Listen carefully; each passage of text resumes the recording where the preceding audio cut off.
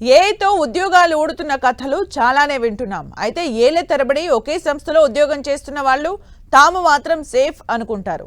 అయితే అసలు ఇలా ఒకే చోట ఉద్యోగం చేయడం జాబ్ గ్యారంటీకి ఉదాహరణగా భావించే రోజులు పోయాయంటున్నారు. ఎందుకంటే ఇలాంటి వారికి కూడా ఉద్వాసన తప్పడం లేదంటూ సర్వేలు వస్తున్నాయి.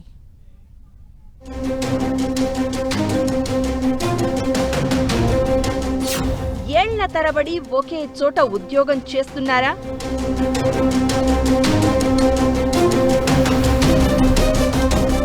శభాష్, మంచి పనోళ్ళు అంటారనుకుంటున్నారా?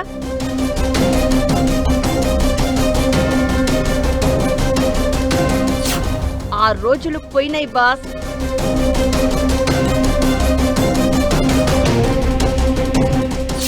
మీ చేతగానితనానికి అదో ఎగ్జాంపుల్గా చూసే రోజులివి.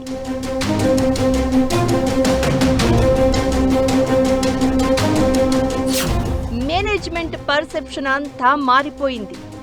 డౌట్ ఉంటే ఈ మధ్య ఉద్యోగం ఊడిన వారిని ఎవరినైనా కనుక్కోండి. వాళ్ళెన్ని రోజులు అదే సంస్థకు నమ్మకంగా పనిచేశారో గద్గగ స్వరంతో చెప్పుకుంటారు. ఇక్కడ జాలి పడాల్సింది వాళ్ళ ఉద్యోగం ఊడినందుకు కాదు, పొమ్మనేదాకా పోకుండా అదే చూరు పట్టుకుని వేలాడినందుకు.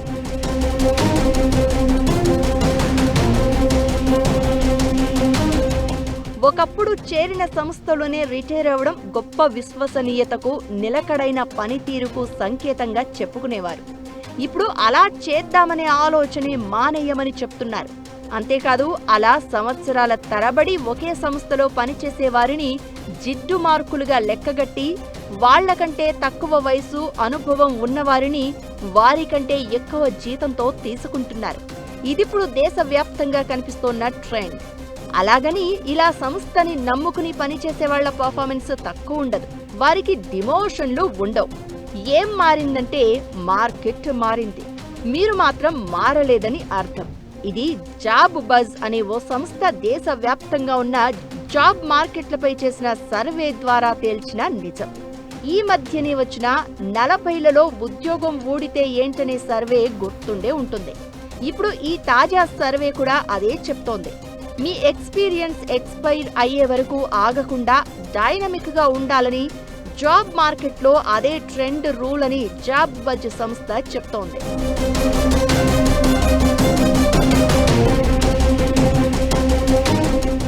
ఏ&, సాలరీ ఇంక్రీజ్ సర్వే చేసిన మరో పరిశోధనలో తరచూ ఉద్యోగ సంస్థలను మార్చేవారితో పోల్చుకుంటే గబ్బిలంలలా ఒకే చోట వేలాడేవారి జీతాలు తక్కువట.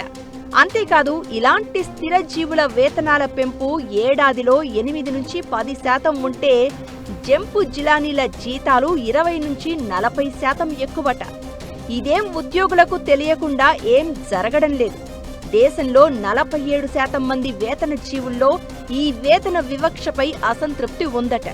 అలానే జీతంపై సంతృప్తి విషయంలో 46% మంది మాత్రమే తమ శాలరీ అబోవ్ యావరేజ్ అనుకుంటూ ఉండగా 40% మందికి ఇండస్ట్రీ సగటు జీతం కంటే తమకి తక్కువిస్తున్నారని ఫీల్ అవుతున్నారట.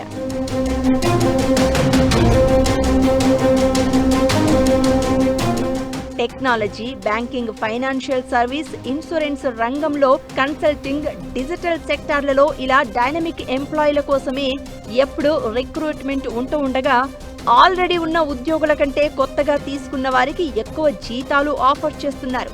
ఇలా ఎందుకు చేస్తున్నారంటే, ఒకటి, నైపుణ్యం ఉన్న ఉద్యోగుల కొరత.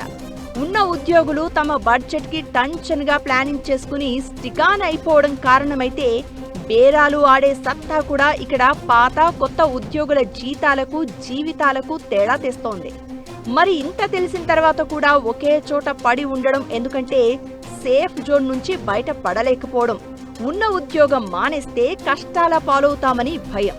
సో ఇవన్నీ చూసిన తర్వాత నిర్ణయం తీసుకోవడం అనేది వారి వారి రిస్క్ టేకింగ్ క్యాపబిలిటీ, అంటే సవాళ్లను ఎదుర్కొనే సామర్థ్యాన్ని బట్టి ఉంటుంది అనడంలో సందేహం లేదు.